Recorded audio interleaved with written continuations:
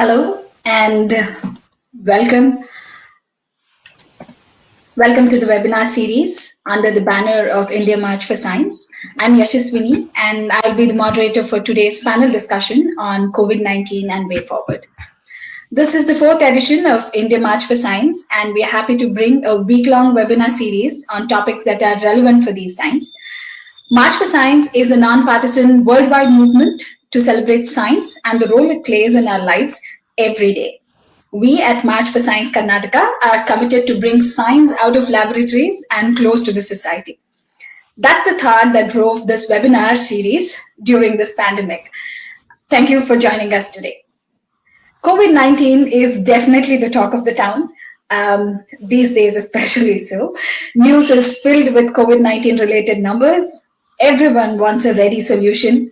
The vulnerabilities in our healthcare infrastructure, they stand exposed.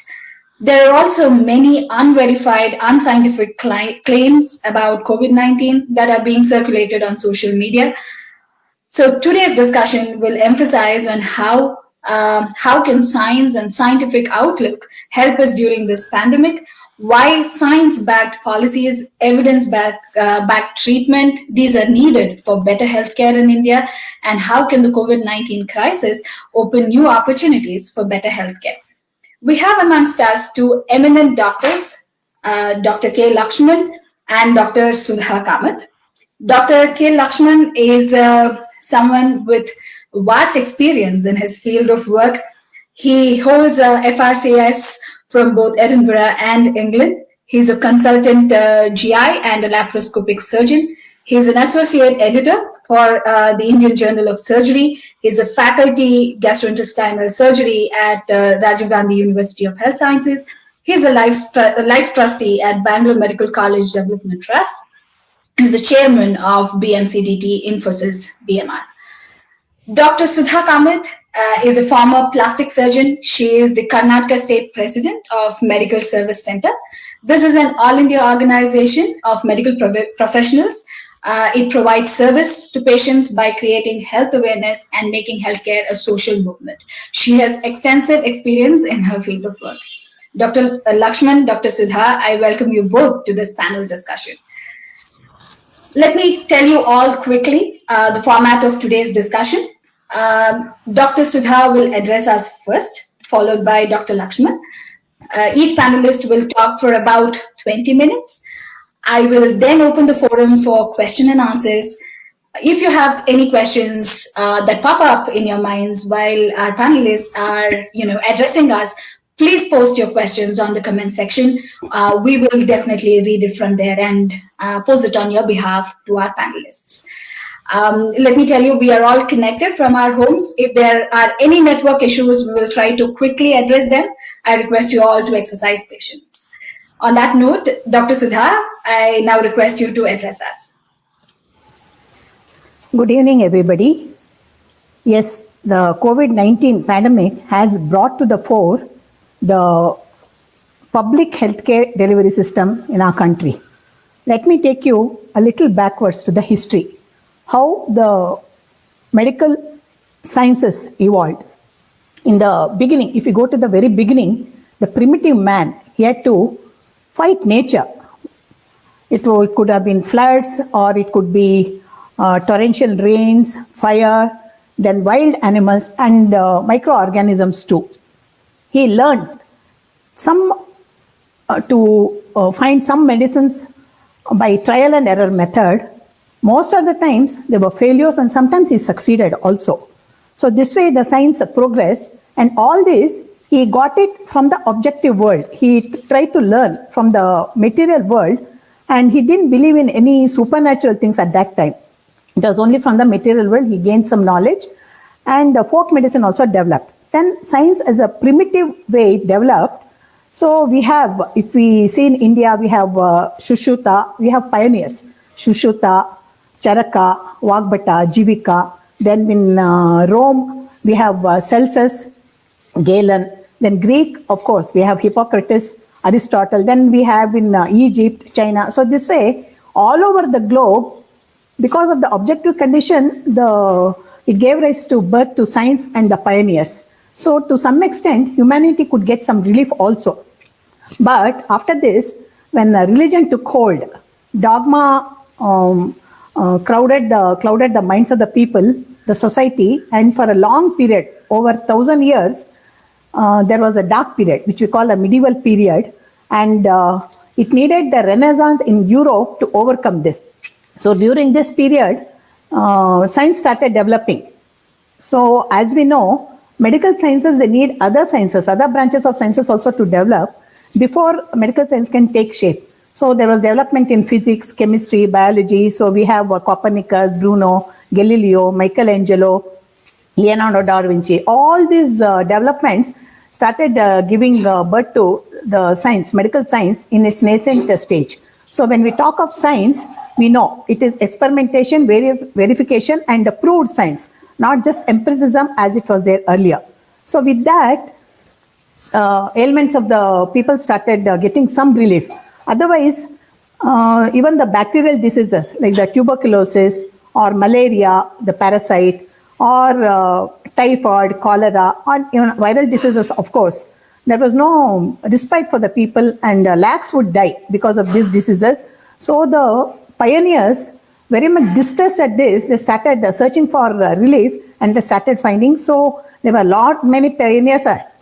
Just to name a few, there was Ambrose Pera in surgery, then Vesalius in anatomy. Actually, Galen was considered to be the stalwart, and for 1,000 years, whatever misconceptions he formed, they believed. But Vesalius had to find Vesalius and establish on the basis of truth.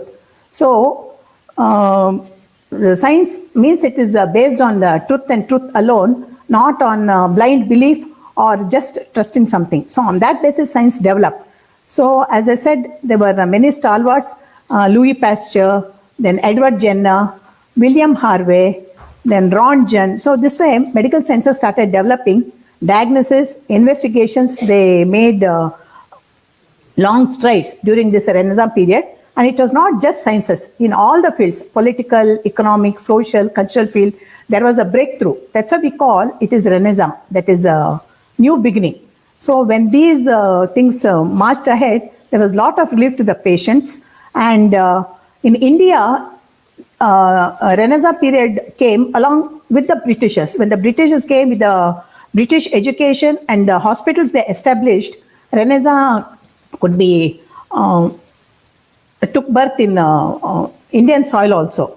So the modern medicine came to India during that period. So sometimes, as it was mentioned by Yashaswini, we take a lot of pride about our ancient Indian history and our ancient medicine. Of course, we shall take pride for whatever their contribution, but it was not truly scientifically based as we study today. So there were a lot of misconceptions during that period. So it could not address many of the issues of a modern day. So in India, there was a lot of suffering during this period. So when the modern sciences came, it started addressing all these issues. So during that period, all these technologies, they came to India. And before independence, that was in 1943, Justice Bore Commission was appointed by the government to go into the health problems of the health issues of the people and the health facilities available. So within 3 years, in 1946, it submitted a report, and the recommendations mainly were to give stress to the preventive medicine rather than the curative one, and to have a 3-tier establishment of the public healthcare delivery system. And it stressed that the health should be available to all, irrespective of their capacity to pay. So from womb to tomb, health should be given, it should be free. So that was a very important thing. And the medical education, it should be totally be based on science. So MBBS degree should replace whatever was present during those times. So these are the main recommendations. And post-independent India took up only some of the recommendation, not everything. Because India, like many other countries, it gave more importance to the people who were profit more oriented rather than the general public. So all the recommendations are not taken, but even then, it did bring some respite to the people.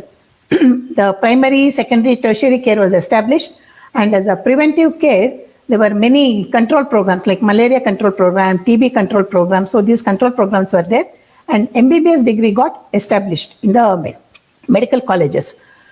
Though it did help the people to some extent because all the recommendations, as I said, were not followed.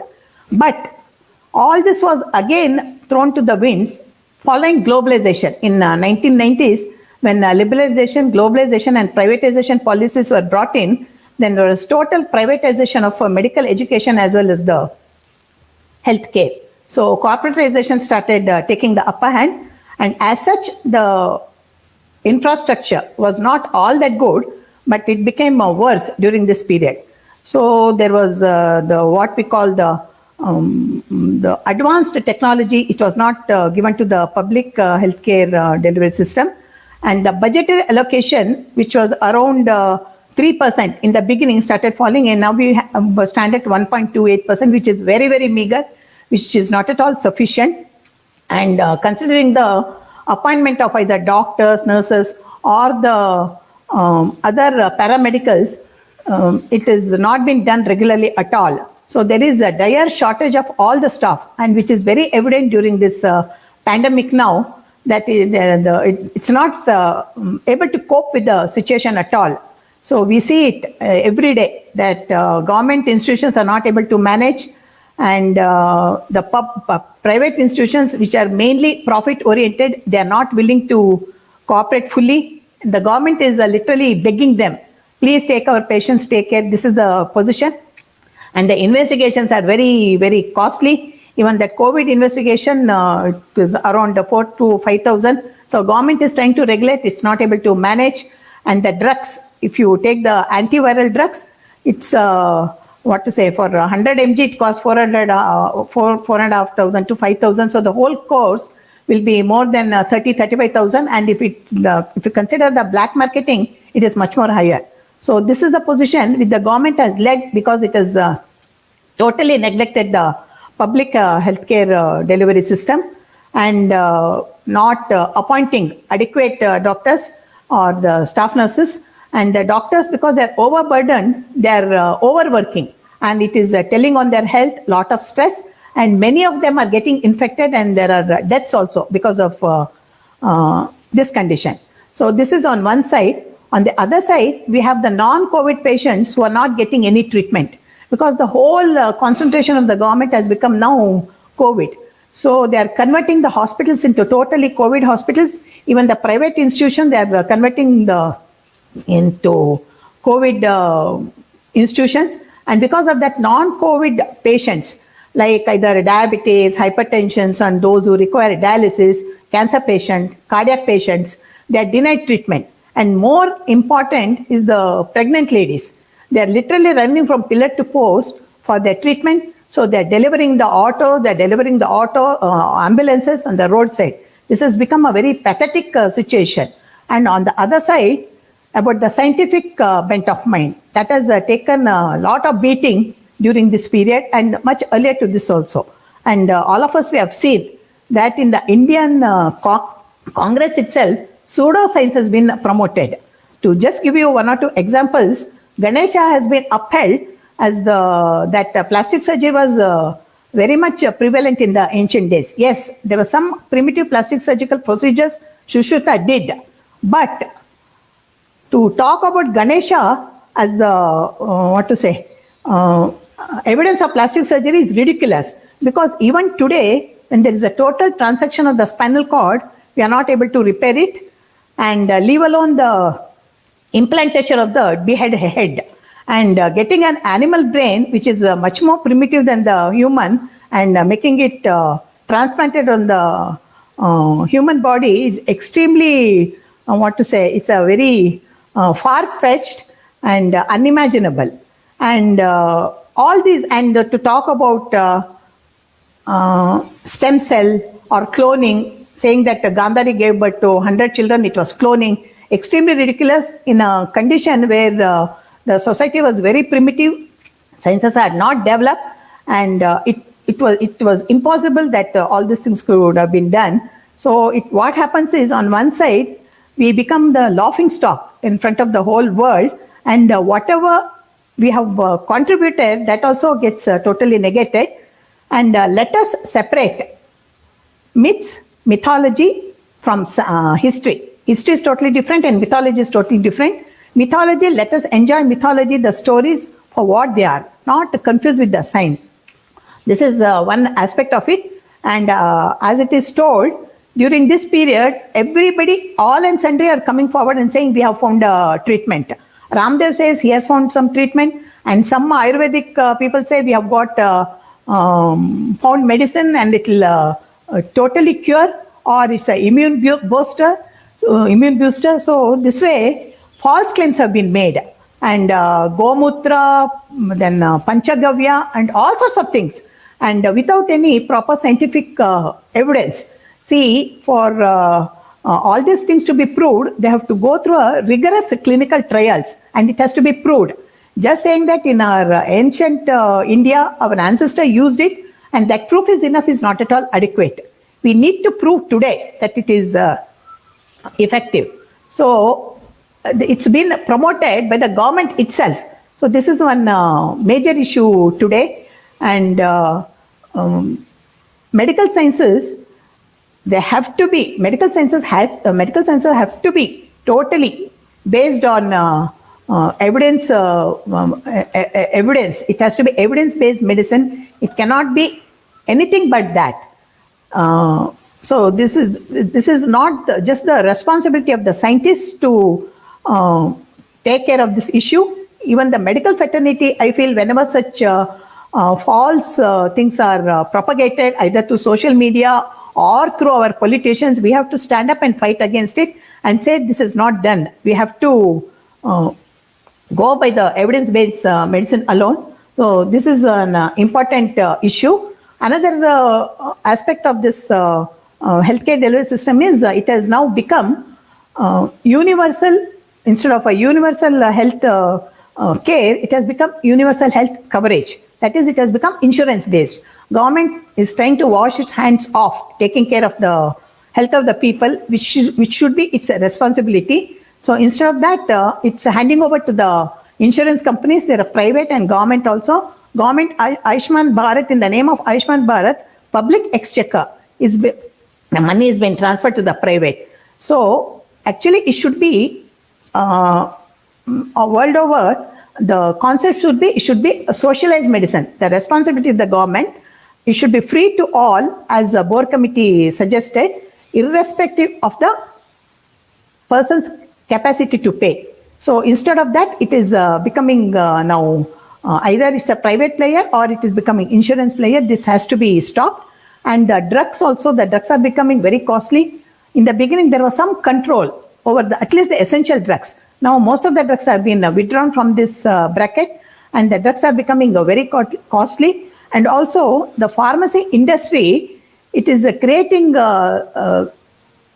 such a thing that what was earlier considered to be normal, either it is diabetes or it is hypertension or increased cholesterol or lipid, all that the levels have been brought down so that a large chunk of people come under diseased, and the pharmacy company is making money out of it. This is another ghastly thing which is happening world over.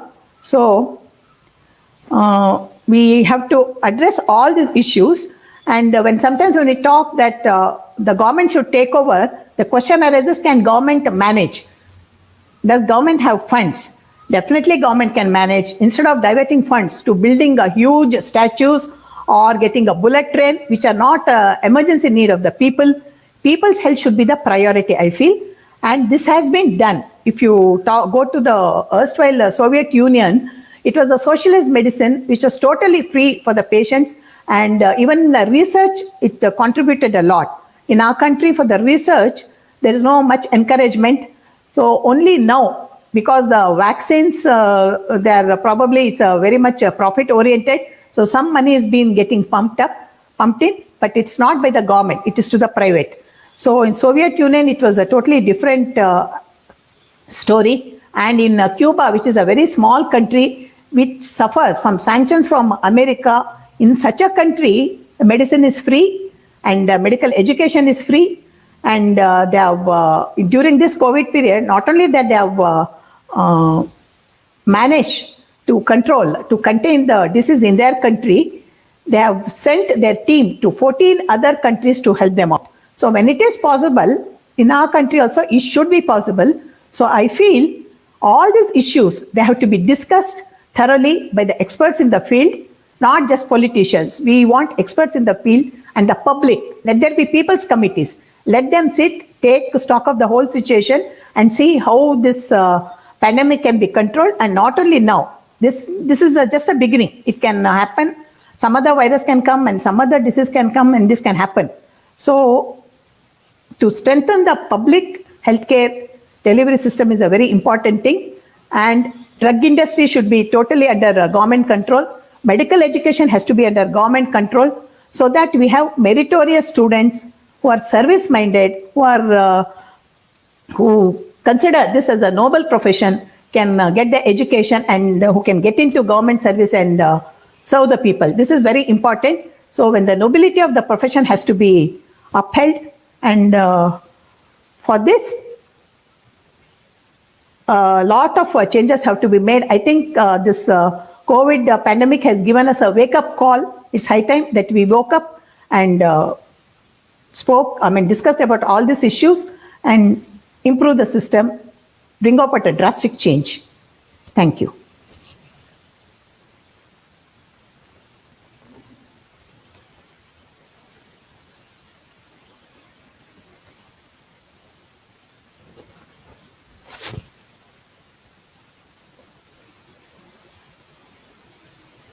I think she's muted. Yashaswini, you are muted. Oh, yes, I was. Thank you for that.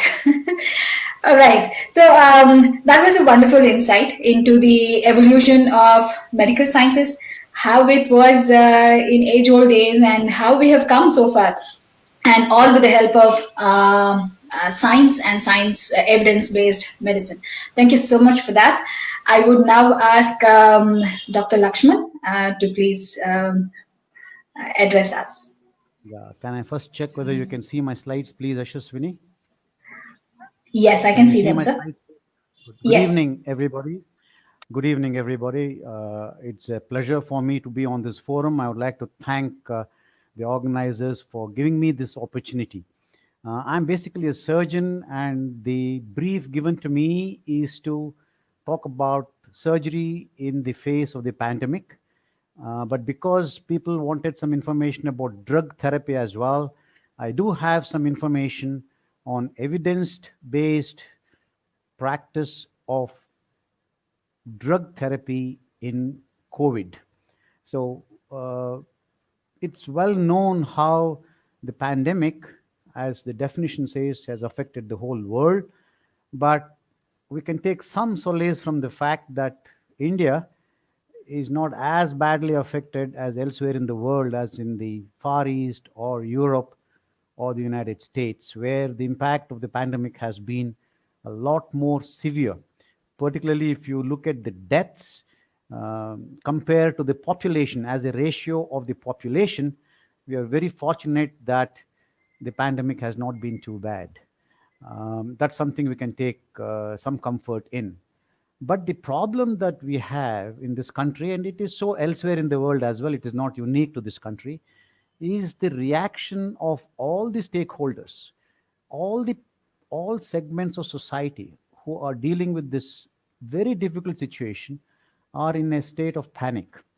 And there is a huge clash between fact, which is science, and belief, which is basically emotion. So there has to be a balance, and until and unless we give a great predominance to fact and science and completely suppress belief, emotions, and myths, as Dr. Sudha was saying, unless we suppress myths and belief, we really can't have good success in facing this pandemic. What are the scientific facts that we should be aware of? While the disease is dangerous, you must understand that it is not terribly fatal. People don't die of it the way you generally imagine it to be. In fact, 40% have no symptoms. They may have an infection, but nobody will know that they have the infection. The large majority have a mild flu like disease, and some people will have a little bit more difficulty in terms of breathing, breathlessness, fall in oxygen levels, cough, and things like that. It's usually a dry cough, and that's a relatively small percentage. But the number of people who actually die of the disease is extremely small. But you look at the papers every morning, it's the deaths that are highlighted. I'm not saying there are no deaths, and even a small percentage of a large population like ours would be large numbers. I agree with that. But the fact remains that it is a very small percentage, and so the large majority of the population can take comfort from the fact that what is called the case fatality rate, the number of people dying because of COVID, is indeed small.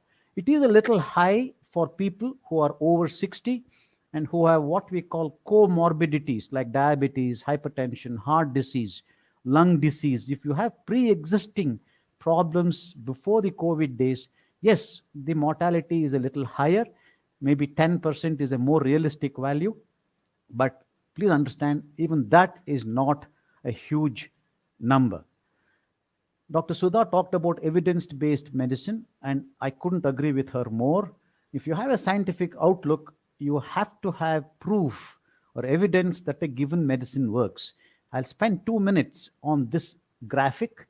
All drugs, before they reach the treatment, undergo what is called an FDA review. FDA is the Food and Drug Administration in America.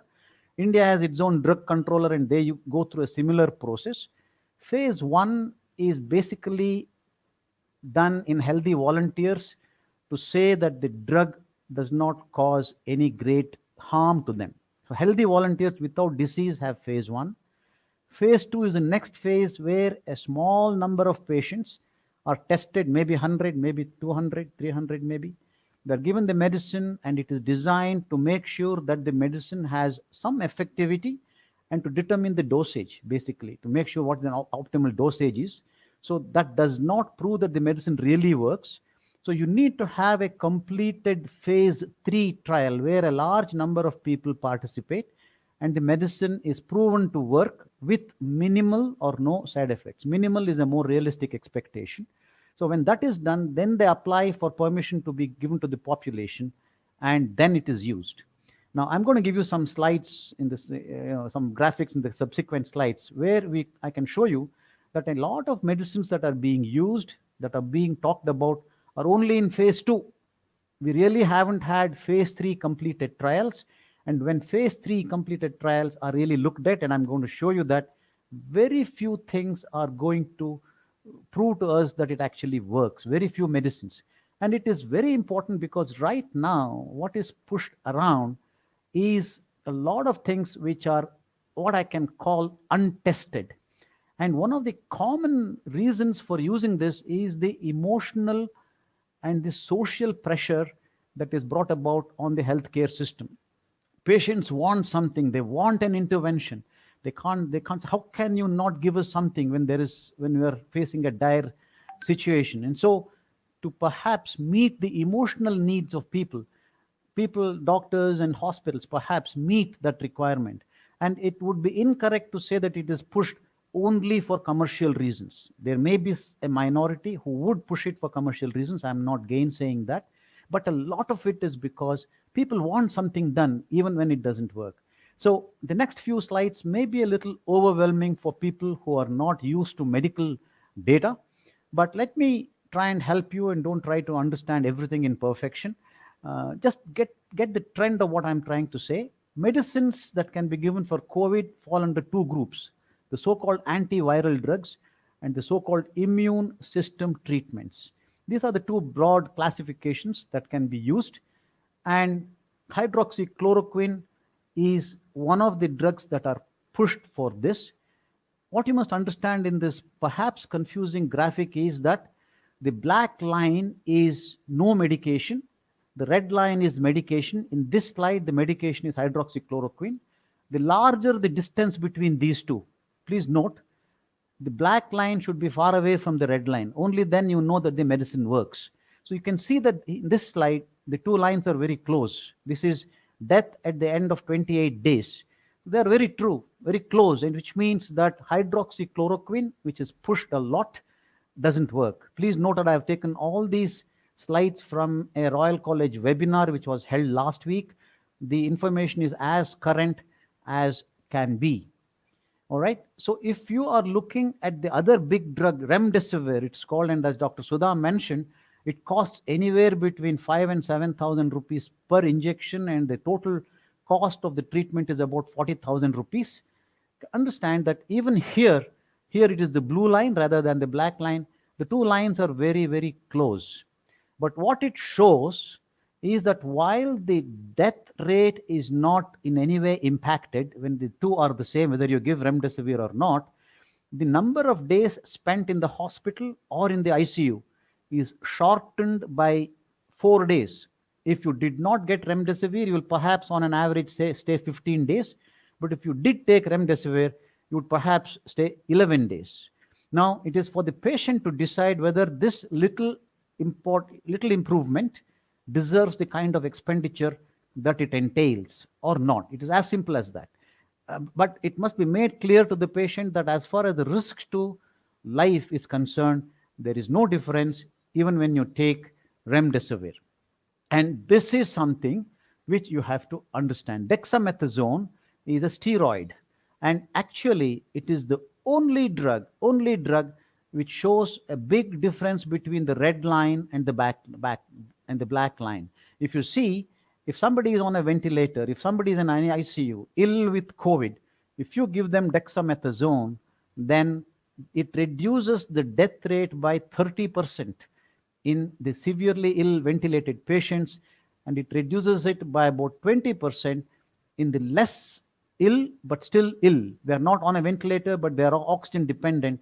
Such patients, the mortality rate is reduced. So to date, through scientific methods called randomized controlled trials that we mentioned a bit earlier, it is this drug and this drug alone that is known to work. But the world over, lots of drugs, it's not just the story in India, across the world, everything and anything is being tried because people are desperate, people are in a panic.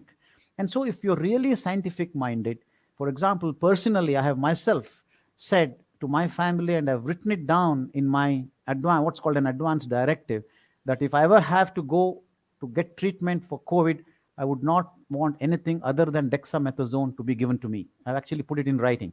That is the kind of conviction I have in the studies that have been declared so far.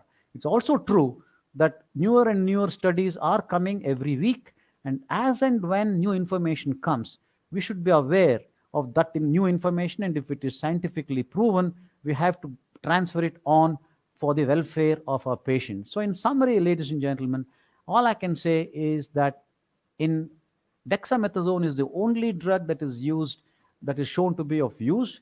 One thing that is not mentioned in the slide is the use of anticoagulants. It's been now, recent information has come out that clotting in small blood vessels is one of the primary pathologies or problems with COVID.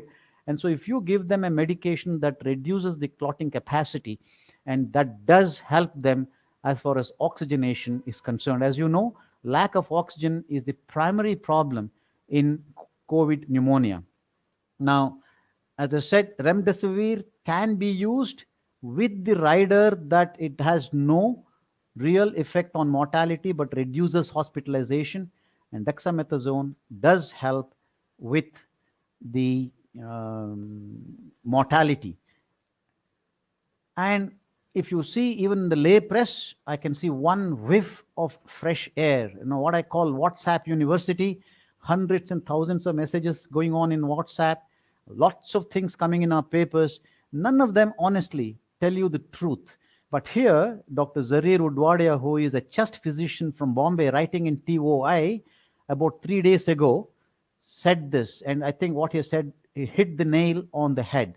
He said, it is however said that physicians in India have always felt compelled to prescribe medications to their patients because patients expect it. This is a self fulfilling prophecy. As with other bad habits during the pandemic, now is a good time to break it once and for all.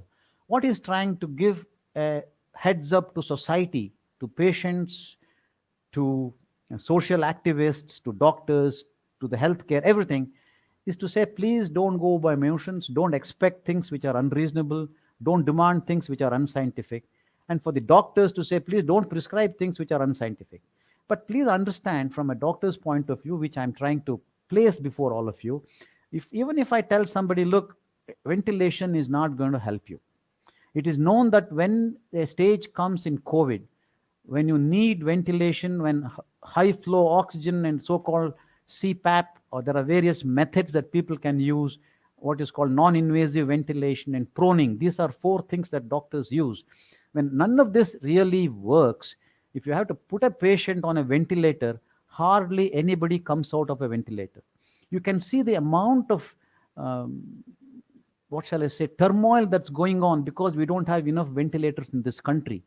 We have to understand that even if there are millions of free ventilators, if you put every single patient on a ventilator, you're going to help less than 2 to 3% of these people. On a ventilator with the best available kind of support in COVID pneumonia, in a person needing ventilation, not more than 5% at the most, it's more like 2% or 3% survive. 95% are not going to survive. I mean, so that is a reality that all of us, the healthcare system, the people, society at large, all of us have to realize. And it is extremely important that we realize that. Otherwise, this big scramble for the number of ventilators is something I do not understand. And so, when a healthcare facility tells you that they cannot give you ventilators, but they can look after you with oxygen and its modifications in a ward, I would recommend that an average person comes to terms with it, agrees with it, and gets an admission. What is happening is that because people don't have ventilatory beds, do not have ICU beds, even this help or support with oxygen in a ward is not being given because patients want guarantees that they will get a ventilator if it is required. Such a guarantee, no healthcare facility can give you. This is about medication and the support care for COVID. Now I get into the phase where, as a surgeon, it impacts my practice as a surgeon, and it impacts the patients who need surgery during COVID periods. Dr. Sudha mentioned many issues, one of which, of course, is non-COVID disease in the face of COVID pandemic. We must understand that COVID is going to be around for several months more. It's not going to just disappear. And so people do get a lot of surgical problems. They do have babies. They will have gynecological problems, orthopedic problems, accidents take place. A wide variety of surgical procedures will have to be done. And so I'm going to give some information about how surgeons face this challenge of doing surgery at the time of the COVID pandemic. This graphic tells you the spread of the disease. It is a respiratory disease, sits in the oral and nasal passages and in the airways. And when you're standing and talking and breathing, the virus perhaps goes about 3 feet. And if you're coughing a little bit and breathing hard or exhaling hard, it will probably go 6 feet. And that's why we ask that you keep a distance of 6 feet from anybody else that you come in contact with. Please note, this is when you're not wearing a mask. When you're wearing a mask, it is much less. And particularly when you sneeze, when there is a forceful exit of air from your nasal or oral passages, you can go a long distance, 20 feet you can go. And that is drastically reduced when you sneeze. And so the recommendation is that you must wear a mask all the time. And when you do cough or sneeze, cough into your sleeve, onto your arm there, onto your cloth there. Do not cough out in the open, and do not keep your bare hand on your mouth. Use a tissue and throw it away after you cough. If you ever put a bare hand onto your mouth or nose or something, please immediately wash your hands. That is the standard thing, and this is a highly scientifically established fact. Coming this one, there are many labs which are given out this data. This is from the MIT lab, Massachusetts Institute of Technology, from Boston. So the only proven methods for avoiding COVID are these: masks, distancing of 6 feet, isolation of hands. And when you know that you're isolated, if you have the capacity, have a separate room in your house, go and stay in that room. Nobody else will get in or get out of that room. However demeaning perhaps, or emotionally disturbing perhaps it is, your food will be left outside for you. It will not be given in your hands. You open the door, pick up the food, take it back into your room, close the door, eat your food, put the empty plates outside, close the door, and somebody else will come and take your plates and go out and wash it. It is not fomite driven, which means virus is not going to sit very much on handles, door handles, and plates and clothes that we use. I know that people are worried about this and they keep washing everything. The survival of virus on handles and things like that, what are called fomites, is usually not more than 6 hours.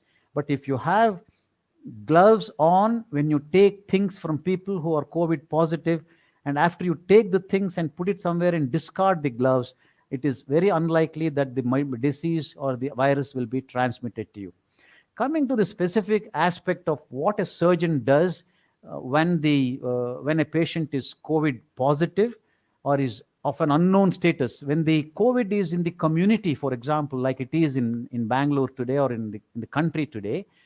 When somebody comes to you with a disease into the hospital, you don't know whether they're COVID positive or not. And so we presume that everybody is COVID positive until otherwise, and take precautions to meet that situation. So from the patient's point of view, for which the surgeon is primarily responsible, we need to look at surgical risks. Is there increased risks if a patient is COVID positive? Suppose a patient comes with hernia. Now, if I do hernia when in a COVID negative patient, and if I do it in a COVID positive patient, is there a difference in outcome? That is what is called risks of surgery in the face of COVID. What are the risks to the family? Now, what are the emotional issues? Surgery is an invasive specialty. So it's always an emotive subject when somebody comes, and we understand that very well. How do we deal with the emotional issues of the patient? How do we support the family? These are the things that we have to give extra care about in the face of the pandemic. And surgeon is the chief of a team. Now, he is responsible for the safety of the team. What happens to the team? Safety of medical personnel, the nursing staff, a lot of support staff, and the health of the hospital. What do I mean by that? Will the system take the extra precautions that are needed? Will it be able to manage the finances that are needed? Please understand, while I completely take the point that there are occasional reports of private medical establishments fleecing the patient, by and large, there is a huge escalation in the cost of treating a patient in the face of the pandemic. I will be touching upon this. And so it is a responsibility of a consultant or a surgeon of an institution to look at that aspect also, particularly when the government system is not able to manage it, when the private system has to bear the costs and the administrative load, extra load that this kind of a pandemic brings. We need to think of those implications as well. And so to keep a hospital ready for such an eventuality, which we have all done, and I'm going to share that with you, we need to have a good, robust screening method first. So when you allow somebody in, you allow only the patients in. Don't allow the whole retinue of their friends in, because the more number of people who come into the hospital, higher the chances of them bringing COVID in. It affects everybody in the hospital. So once the limited number of people come into the hospital, you don't know whether they're COVID positive or negative. So you may have to test them for it if they have certain symptoms which suggest that they may have holding and they may have COVID. And once you know what their system is, whether they're positive or negative, then there must be a separation of the stream. COVID positive patients cannot be mixed with COVID negative patients. So there must be a separation. So these are the things that one bears in mind. And to make it possible, I've mentioned about the entry restrictions. I'll show you some of the things that we have done in our own institution about holding. And we have COVID positive and COVID negative people in separate floors. There is absolutely no admixing of personnel, patients, or materials. between these two floors. And it's even better if a hospital is big enough to have two wings. If they have two wings, one can be a COVID wing, another one can be a non-COVID wing. So this is the readiness. When you walk into a hospital, there is a person with protection equipment on who checks your temperature and gives you a hand sanitizer. If the temperature is high, you're not allowed in if you are a visitor. And actually, all visitors, even if their temperatures are normal, are generally highly discouraged, but they are allowed in if they have to accompany a person who cannot be by himself. But if you are a patient, you go through a different route, and you do not go through the normal route that people take. And everybody else who is negative here, doesn't have a temperature and who has had a hand sanitized, will go and be met by a nurse right adjacent to this area, who will take a history, talks about possible exposure to COVID, your temperature, cough, breathlessness, and things like that. And if you have any of those positive, you again go into the separate holding area. If all of them are negative, you come into the main area. And that's how we screen people coming into the hospital. It does mean inconvenience to the patient, but I'm trying to tell you the science behind that inconvenience. It is known that if you operate on a patient who is COVID positive, the risks of surgery are 5 to 10 times higher. So if the patients have any signs of COVID, or if they're, and that's why we test all patients for COVID, if they are COVID positive, if the surgery can be postponed, we never do the surgery. We ask them to come back after 3 or 4 weeks and then do the same thing. But there are emergency situations where surgery has to be done. If it has to be done, there are temporizing measures, not a full-scale surgery. These measures will be inadequate in terms of totality of care, but it will be adequate in terms of relieving pain. For example, if somebody has an abscess, we would probably take them to an operation theater, give them anesthesia and drain it very nicely.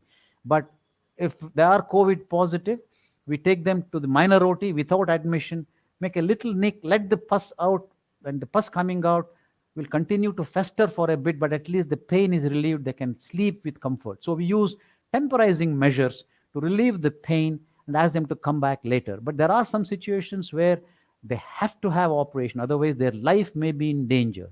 Such surgical conditions only we go and operate if they are COVID positive. There are limitations in testing as well. Sorry about this little formatting problem because of the different system I'm using here. And please understand that there are issues with our testing itself. There is a concept of false negative and false positive. I would like to tell you that the standard agreed world gold standard is what is called RT-PCR. There is another one that's available now called antigen. Antigen is much faster than RT-PCR. Generally, we get RT-PCR in about 24 hours now. But it has a false negative rate of 20%. What does it mean? When somebody is COVID positive, the PCR test will tell you that they are negative. Shocking, but true. But that is the best we have. False positive is even more galling, even more disturbing to a person who doesn't understand that. False positive means that when somebody is COVID negative, he doesn't have COVID, but the test says that he has COVID. Look at the emotional impact on the person and the family. He will be put into an isolation, maybe into an isolation ward. We may deny him an operation that he needs because he is falsely said. But ladies and gentlemen, that is the best we have today. Anywhere in the world, it's not an Indian condition. Anywhere in the world, you have a false negative and a false positive rate. For the antigen, the false negative rate is even more. It may be 30 or 40%. There is no solid data about the false positivity, but that will probably be the same as in RT-PCR, even though we don't have solid data about it. So please understand that when I have seen reports in the paper as well, saying that such bad reports were given by certain labs. Any lab, anywhere in the world can be caught out on this. The other important patient concern is emotional and family issues. This is where I would really appeal to all non-doctors to bear this in mind. We cannot talk to you in person. We cannot have two people who are, we understand that that kind of communication is very important to comfort the people. But more and more people coming and standing there increase the chances of healthcare facility personnel, doctors and nurses getting COVID. And if all of us, doctors and nurses, go away, get COVID and go away for a 14-day quarantine, there will be no doctors left to treat people, no nurses left to treat people. So it's important that we protect our police, our BBMP workers, we protect our doctors and nurses. And to that extent, we need our public to understand that more and more people should not be coming into hospitals. All counseling and all kind of communication will occur on phones and WhatsApp situations. And when somebody is ill, I can understand how distressing it is to a family member not to be next to the patient. But you can't be, because you can't walk in and out of a hospital having visited a COVID positive patient with illness, with pneumonia. The only way possible is that you also stay in the hospital with the patient all the time. And that is not practically possible. So visiting is very, very difficult. And one of the most distressing things is when somebody is lost, when somebody is dead. Sometimes there are big issues even in the way, even during cremation or burial or whatever the case may be. Family people cannot go and grieve and do the normal things that we do. But the unfortunate situation is that this pandemic has turned our lives upside down, and people need to understand. And finally, the financial issues. The government put out a notice some time ago that it costs about 3 lakhs to treat a patient with COVID in the government setup. True, the patient is not paying for it. But how many people can the government look after? But the same 3 lakhs will be spent in the private setup also. Somebody has to pay for it. Either the insurance or the government, which when neither of them do it, it will have to be the patient from out of pocket. We understand that costs are high, but why are the costs so high? Please understand that to protect healthcare personnel, we normally throw away at least 10 to 15,000 worth of what is called personal protection equipment. The sheets, the pillow covers, the gowns that we wear, the masks, the gloves that we wear, 4 or 5 people walking in and out of the patient's room or ICUs. The disposable burden is huge. And when you keep all the patients don't, the families or the staff people don't go home and come back. They do a week together. They're in the hospital with the patients. You pay them, you make arrangements for their stay elsewhere, give them food, look after them well. All these things puts a huge burden on the hospital to meet. And so that is the reason for the cost of a patient care. Just to go into the nitty-gritty, I will take another 5 minutes and finish my presentation. This is the basic protection that we have. This is what's called an N95 mask and a visor. And we never wear our clothes when we go into the hospital. As soon as we go into the hospital, we get into our changing area and wear our what is called greens, the OT treatment. Earlier, we used to wear it only in the OT. Now we wear it all over the hospital.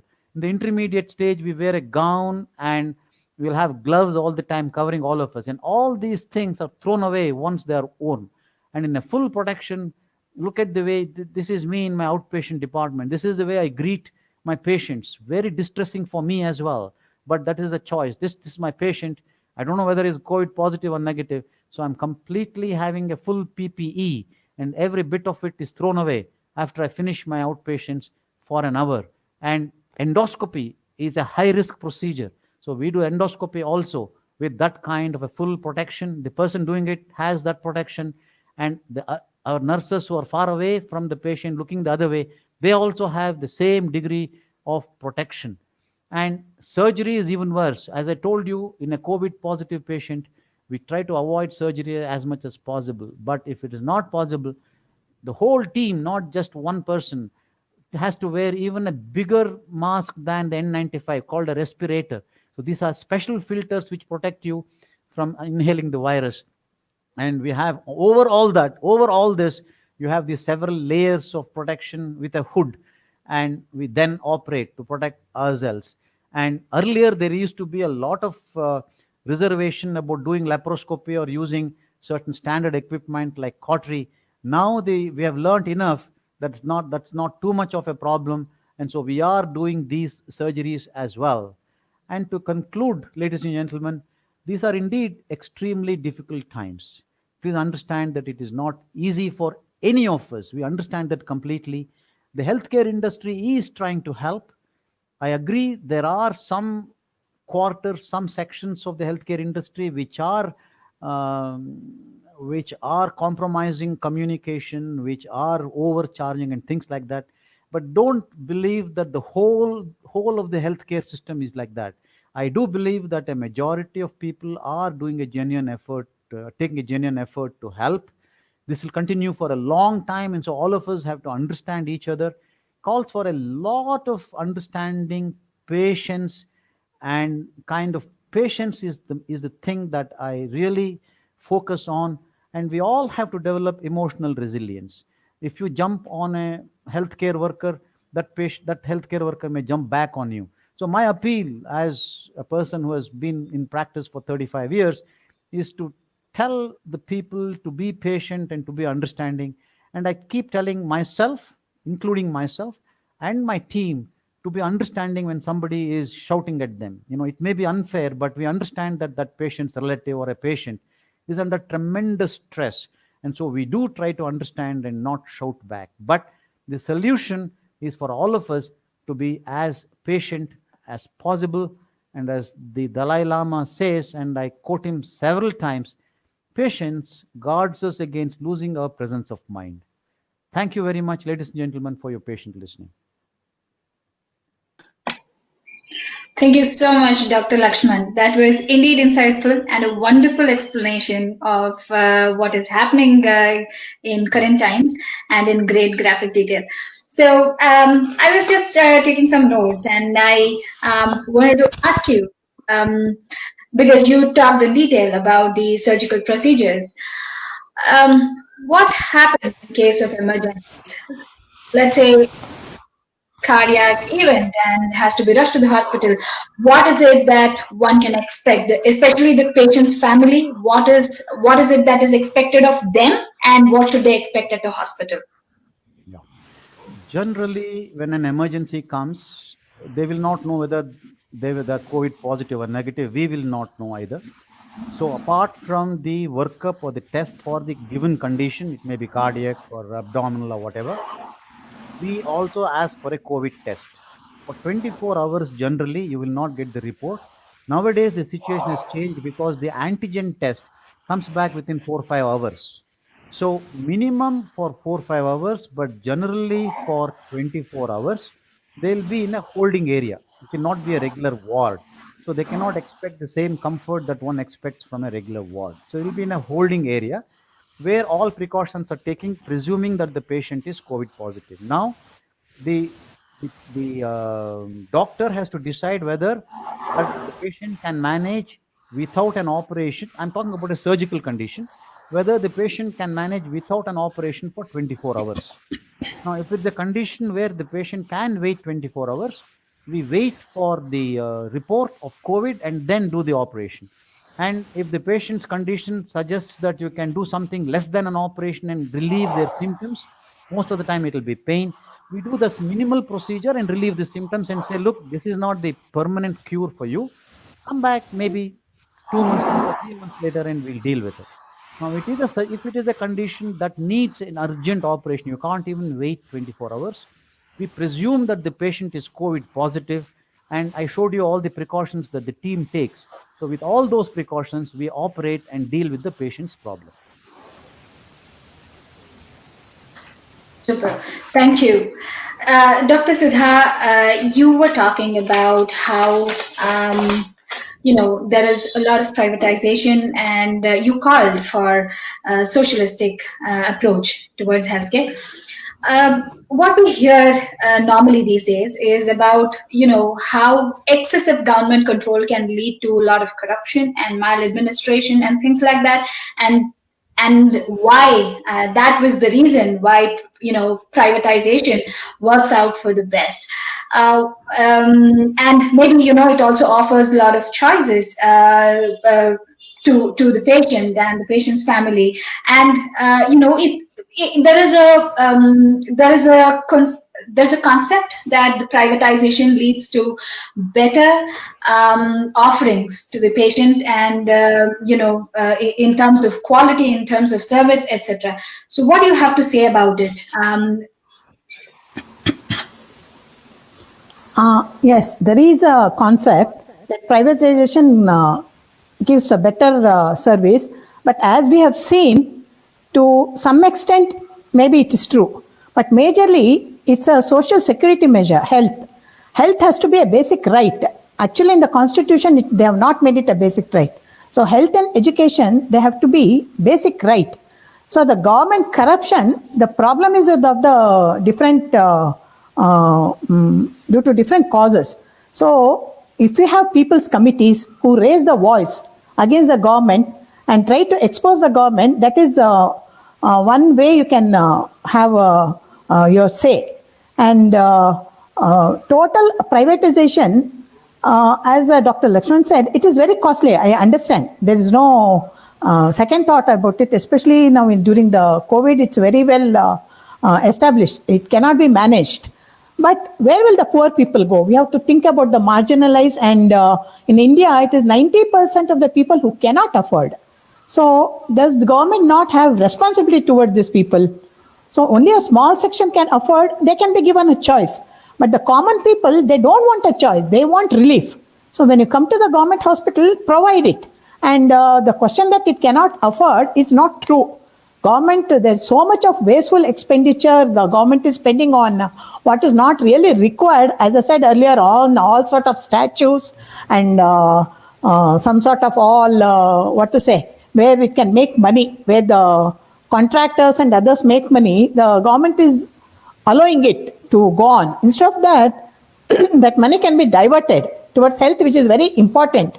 A healthy individual can fight the enemies also. As we saw in earlier erstwhile USSR, what we call the Second World War, they called it a great patriotic war. So on the front, there was the army fighting, but inside, it was the people who are fighting. So we need healthy people, which are well-nourished people. And is it not the responsibility of the government to see that the children are given a proper nourishment so that their immunity develops?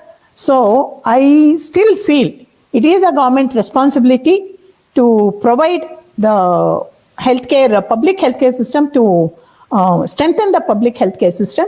And privatization, this is totally to stop. It's not possible. Let it be there by the side. But what government has done is totally neglected it. And its whole thing is unraveled during this pandemic for all to see. Had it been strong, it shouldn't have been in such a pathetic state where you have to depend on private totally, and where they are also not able to manage it. And people are dying in the streets because they are not able to afford. Where shall they go? So the corruption is a different aspect. It's not just because the government has a control that there is corruption. It's a totally different aspect, and it has become a part of the system which has to be fought in a different way. The people, have to be more vocal and raise their voice. And the people who are elected, they have to be responsible. They should be recalled. And there are so many issues. I think it's a totally a different matter. Right. Thank you for that. Dr. Lakshman, you touched upon the comorbidities and how the death rate is actually high in those cases. Should these patients who are susceptible, especially the aged patients 60 and above, should they take any extra precautions? What would you suggest to them? Very good question. I think the single most important precaution is for them not to leave the house. It's as simple as that. This business of total lockdown of society doesn't work. People have to work, some productivity must be there. And it is true that the mortality is less. I mean, it's not absent, but it's less in the young, healthy people. So the elderly should not leave the house. I qualify to stay in the house, but because I'm a healthcare worker, I have decided to take the risk that is required, and I don't find that I should stay home. But when at a policy level, the government can say that doctors who are over 60 need not work as frontline workers, and the government has done that. And so people who are over 60, healthcare people who work, are working voluntarily, not by force. But others can work. They have to be frontline workers. And those who are not healthcare workers should quietly stay home for as long as it is required. I know it is very difficult. The whole lifestyle changes. Just because they are home, they cannot neglect their emotional and physical aspects. So they must have some methods of. I won't go into it, but I know what can be done. But this is not the forum to discuss it. But they must do regular exercises, keep an eye on the calories they consume, keep their mind busy, even if they're not going out. Well, thank you for that. I hope everyone who is here makes a note of it and also passes on the word to others. Dr. Sudha, I have a question about you touched upon the Ayurvedic medicine or the ancient medicine and the traditional medicine practices that we have, and how it is not really it's not really evidence based and it's not really science backed. But today we hear in multiple news portals and social media is another it's another thing. We hear about so many things, as in drink hot water, ginger and lime and whatnot, right? And there is also a push from the government towards Ayurvedic medicine. There are Ayurvedic countries which are distributing so-called Ayurvedic, not a cure, but immunity boosters. So do these immunity boosters really work? Can the immunity be really boosted in a short amount of time? About ginger, hot water, turmeric, I have no point at all. It's not going to harm. It's okay. If they are really interested, they would take it. But the point is, and I would like to make it clear that about alternative medicine, I have no bias. But let them subject themselves to the rigorous scientific experimentation and verification and prove themselves. Let it not be told that we have been using it for centuries. So still we could use it, and it is giving relief. Let it not be declared. Let it be subjected. Even immune boosters, you can't simply say something is an immune booster. You have to prove after taking it, has the immunity of the person has changed? Has it helped? So let them subject. If they are really useful, why not accept it? Why are they hesitating? Those who are claiming, they're hesitating. To quote, I don't know whether I can tell you, but Ramdev medicine, first he said, it's going to cure COVID. Later on, he said it is the only immune booster. Actually, it was released to the public also. Why such false claims?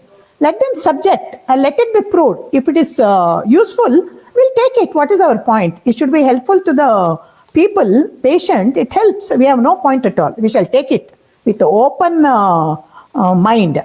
Only thing is, it has to be, it has to pass through the rigorous process which the modern medicine passes through. The same process has to be applied because it's scientifically proved. It cannot be what was earlier when the science had not developed. It was very empirical. The same method cannot be applied now. There cannot be one method for Ayurvedic. There cannot be one method for modern medicine. It has to be one proved scientific method for everything. Sure. I think we have a question from our audience, a related question. Dr. Sudha, perhaps if you wish, you could take it. What are the things that build immunity? Pardon? I didn't. So there is a question which asks, what are the things that build immunity? The regular nutritious food and good exercise, maintain your health, that naturally it builds your immunity. And when a person is infected, either it's a virus or bacteria, there are vaccines which artificially build immunity. And when you get exposed to bacteria or a virus and you survive that, so that builds natural immunity. So this is how the body immunity develops in a person. And if Dr. Lakshman likes to add, he could. No, not really. I think that's fine. I think a lot of food supplements are touted as immune boosters. There is absolutely no evidence for that. You know, to add to what Dr. Sudha has been saying, in God we trust, but for the rest, show me data, is a very famous quote by one of the engineers, which Mr. Narayan Murthy, keeps on saying all the time, even though the quote was earlier than him. And it's important for all of us to realize that when somebody says something on WhatsApp or even in the papers, all of us tend to just believe it. But every statement must be shown backed by data. So if we start asking for data, it need not be doctors, even lay persons, they can ask the doctors. They can ask them, doctor, do you have data to prove that this works? And then the doctor will have to tell them whether there is data or not, and then they can decide whether to use it or not. All right, so that kind of data-driven decisions. But what is happening is that not just COVID, if somebody has a cancer, it's a dreaded disease, we know that. So when somebody is faced with a calamity like that, they are in an emotionally vulnerable state. And they want something done, whether they don't even look at data, whether it works or not. And that is what is causing harm for healthcare delivery. So my appeal to everybody is to ask for data, try and get data, and only if they have proven data, use such treatments.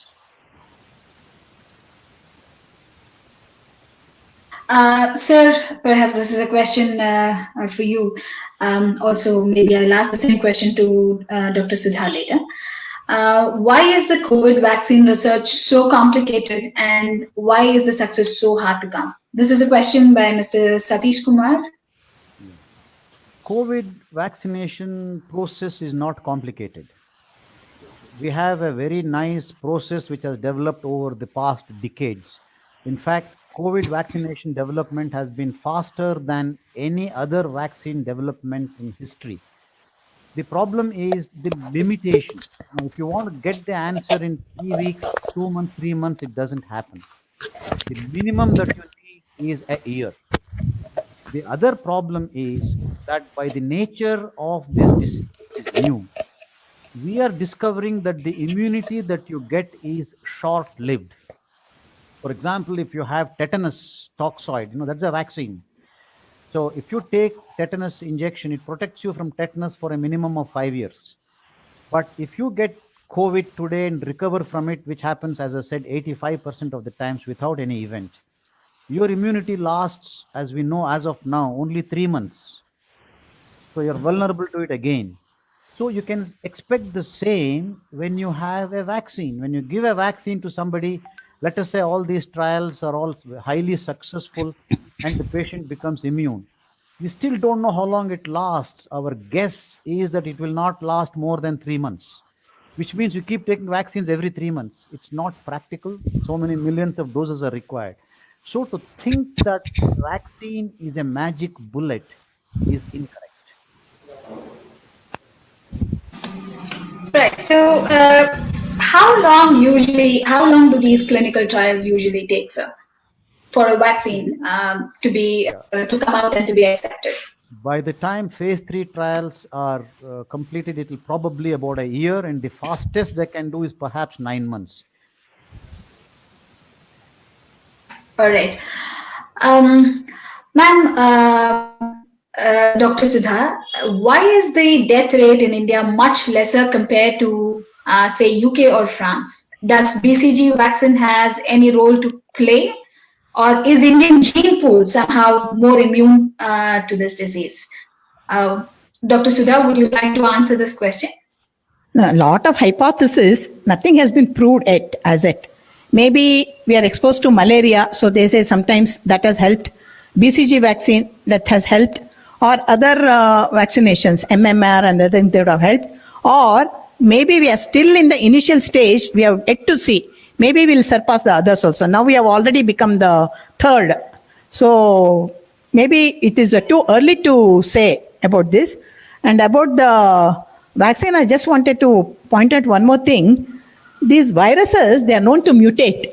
So even if you find a vaccine today, and by the time you start using, if it has mutated, it's not going to help at all. So the disease might again progress, as it happened in case of H1N1. So to spending so much money and leave alone the money, we should not give false hope to the patient that another 18 months or so vaccine will come, just put up with it for some time and then you'll be free.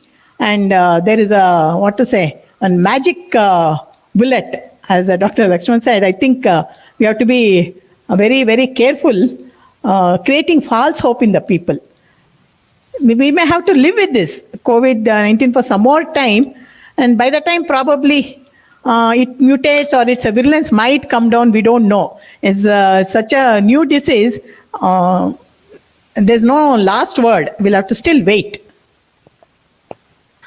Sure. It's still evolving. It's still evolving. Yeah. Is there a possibility of reinfection? This is one of the questions from our audience. Is there a possibility of a reinfection? Yeah. You want to take that? Yeah. Okay. Yes. Yes. The simple answer is yes.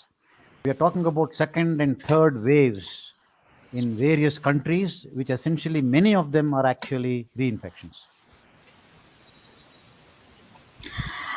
Dr. Lakshman, so there is a question.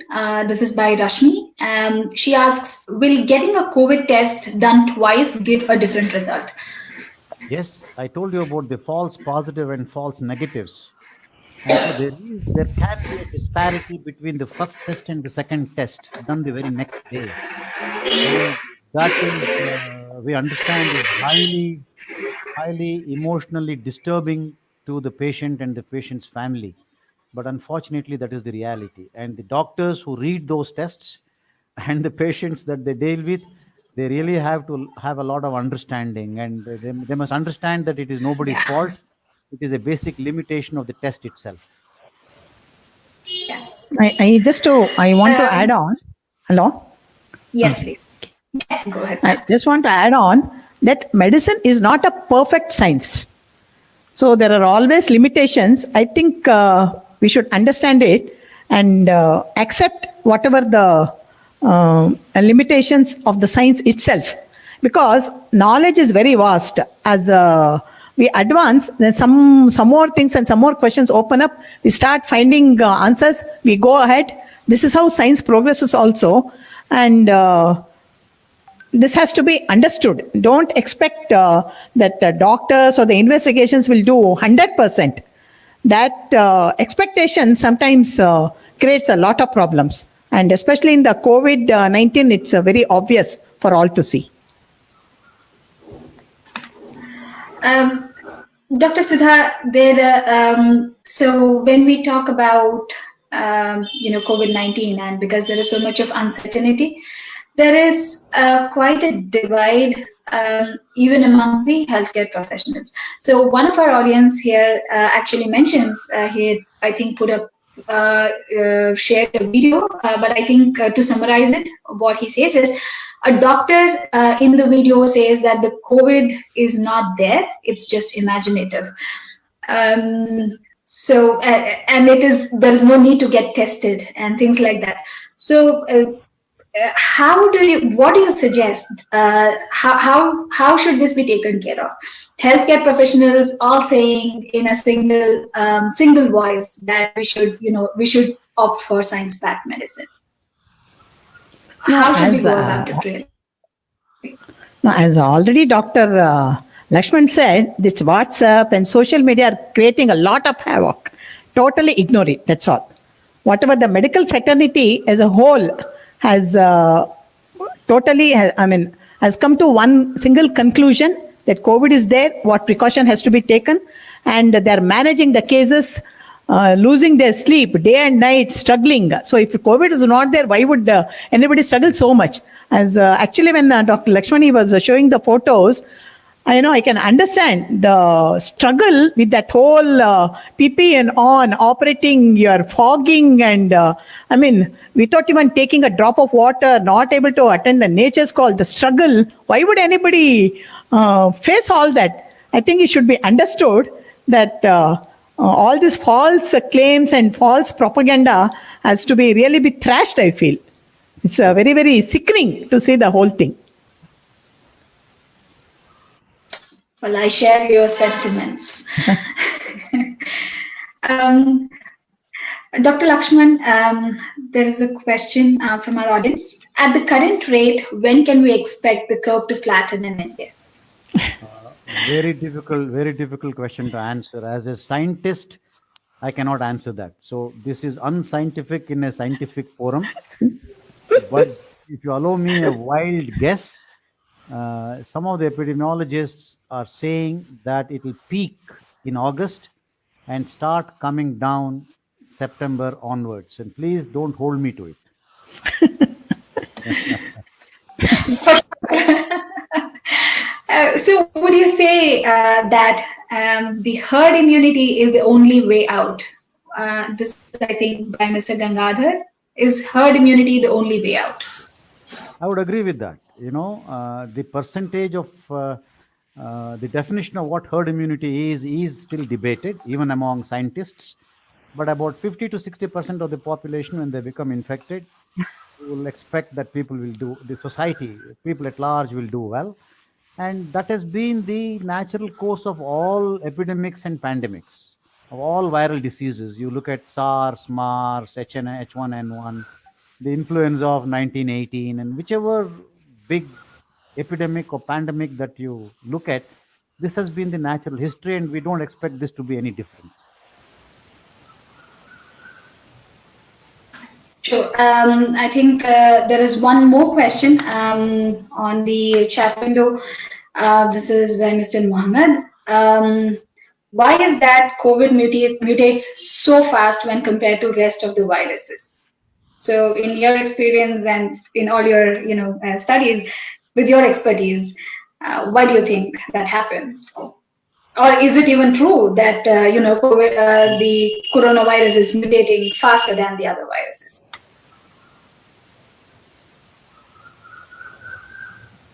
Yeah, do you want to take that, Dr. Sudha, or should you? No, you can take it. Okay, I don't think it is true that COVID is mutating faster than other viruses. This happens all the time. But what is different about COVID is that it is very virulent.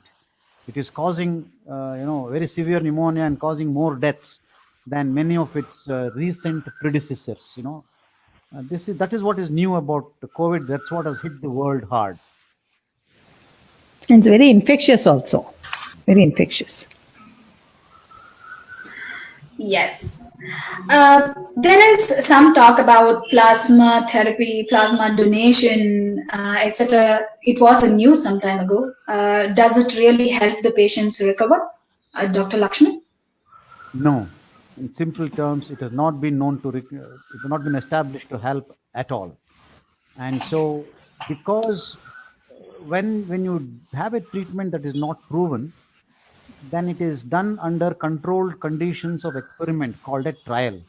So this is basically an intervention or a treatment that has to be done under trial conditions. But I know of various people who are relatives and friends of patients who are insisting that plasma be given. And I know that is being given in many areas. As I said, if I come down with COVID tomorrow, I don't want plasma. I want only dexamethasone and an anticoagulant. I mentioned that very clearly. Yeah. All right. Is it true that the virus in India is a weaker strain as compared to those in foreign countries? Sorry, say that again. I didn't. Is there evidence to suggest that?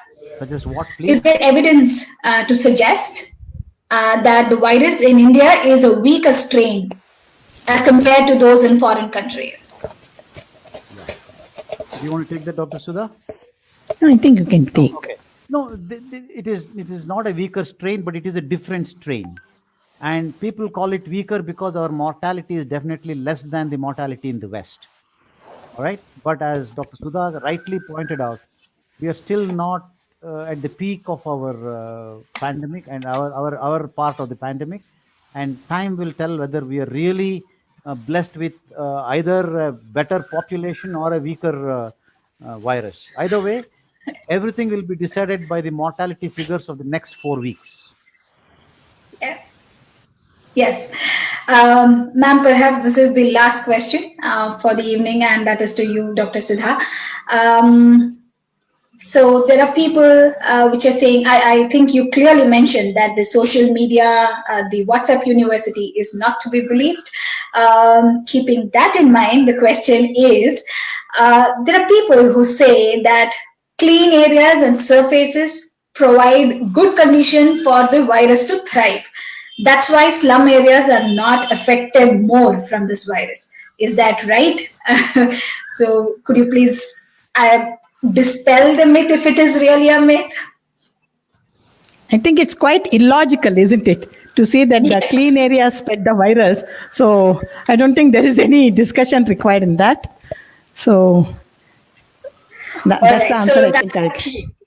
that's a clear no. So the slum areas are also prone to the pandemic. Yes. And thank you so much. It was a pleasure talking to you both, and quite an insightful evening. And if there is one takeaway from this panel discussion, at least for me, and I'm sure this is for others as well, it is that prevention is definitely better than cure.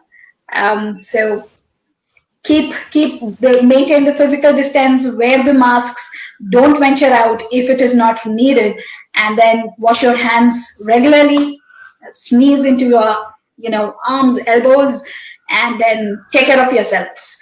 Stay home, stay safe. Thank you so much.